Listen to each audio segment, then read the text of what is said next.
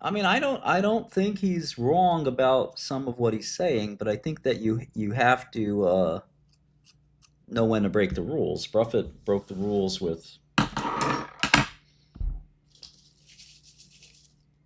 American Express. Remember, Buffett had a hedge fund where oftentimes he would have three stocks, five stocks, and he'd be all in on some of them. And he would buy them as they went lower. He said, "It goes lower, I'm buying it for cheaper." He said the only place where people don't like a sale is the stock market. People have a sale on shirts or hamburgers, they buy more. In the stock market, they get scared. So there's so many different philosophies. Um, and none of them are right or wrong, right? This kind of and Buffett's shorted before. Um, it's kind of like you could dismissively call it martingale. Um, you could also say double down, but you could also say it's Buffett. It's real investing, where you're basically willing to say you have some true value X that you believe in, and that you're just looking for some delta, you know, from that value, and you don't give a shit what the market price is. You're hoping that you're trying to maximize this, and this is something that's very weird to some of these other schools of thought. So that's one school. Across the street, there's a different school. And this is, say, Pod Shop, Millennium, 0.72. Oh, by the way, there's no stop loss ever here, right? And this could be also be TCI. Imagine TCI having a stop loss. Baker Brothers. So as you'll see, like Pershing Square, all the people, here's four funds that employed this strat and made a fortune. Right? When you're sure, you're sure. And there's plenty of examples where you can find that people lost money with the strategy. It's all about how you employ it. There's no strategy that's going to guarantee you profits. So I can point you to plenty of losers that did this. For example, here's a good one: is Bill Wang. All right, Bill H. Adidia mentioned my first hedge fund. I'll put the name there. So you can fuck it up too. It's not like this is a strategy for success. There's guys who do it right in green, and guys who did it wrong in red, and that's kind of the nature of the beast. So I don't know who else here just did the double down forever, but it's obviously not a strategy that wins all time or ever. Yeah, it was long ABII. Yeah. Okay, so here's the pod shop strategy. Cut losses immediately, basically.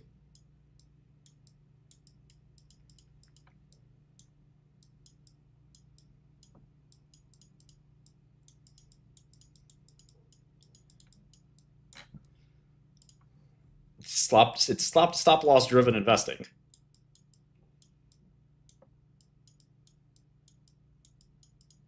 LTCM actually made money for clients, interestingly. And obviously, look, these firms have done well. Millennium, 0.72, Citadel. But there's plenty of funds that did not do well doing this. I should not name them because I don't want to be mean, but there's a bunch of hedge funds that maybe didn't do that great.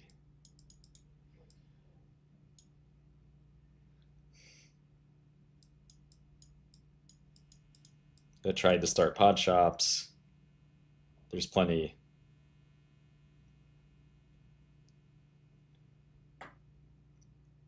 You know, yeah. Sometimes it's not a thesis breaking exit. That's why for American Express you double down. That's why for Structure I double down. That's why I'm up.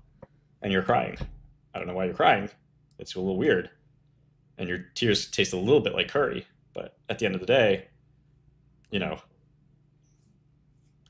So anyway, there's a lot of pod shops that failed. Most prop desks, almost all prop desks, basically. And so you can do this well as well. So there's not like, some magic trick. I mean, again, you've got these guys that did great, these guys that did poorly with this strat, these guys that did great, these guys that did poorly with this strat. There's no, you know, these are basically the main two strats. I mean, there's others, but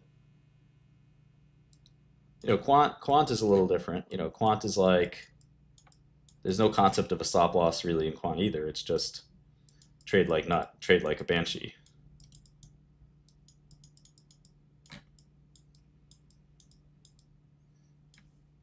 No risk because positions are 10 basis points and you have thousands of them. That's one quant strategy. It's not all quant strategies. There are quant strategies that do have a lot of risk.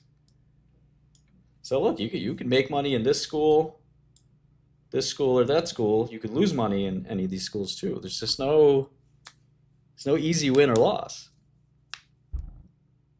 There's InfoArb guys. I could draw this for days. There's Tiger Cubs that made a fortune. There's Tiger Cubs that lost a fortune.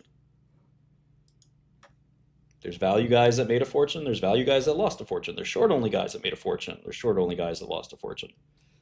There's long only guys that made a fortune. There's long only guys that lost a fortune. There's day traders that made a fortune, lost a fortune. I mean, it's really there's no one rule. I think that's the most important thing to know. Do most traders double down on stocks? No. Have some? Yes. Steinhardt used to do it. If you don't think your thesis is wrong, you can keep going. Tiger was constantly in that ballpark. And you take after where you worked, right? I mean, when I worked for Kramer, he would get out of stocks if they were punishing him, but not always.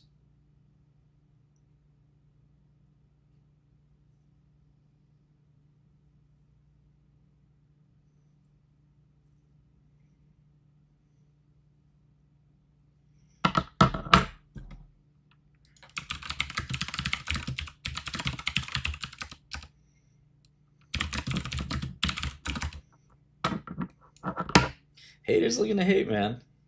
I feel bad for you guys. Cry your hearts out.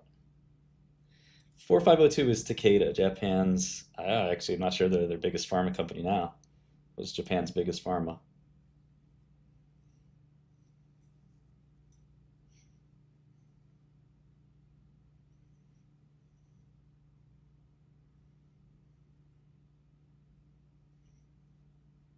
There's no need to cry about another man's, activity. There's unbecoming. You know, you don't need to be upset.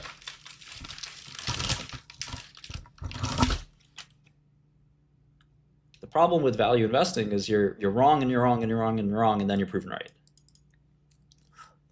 The problem with trading is you're never right, but you're trying to make P&L anyway. So it's tough. There's no every person thinks they have a better mousetrap than the next guy.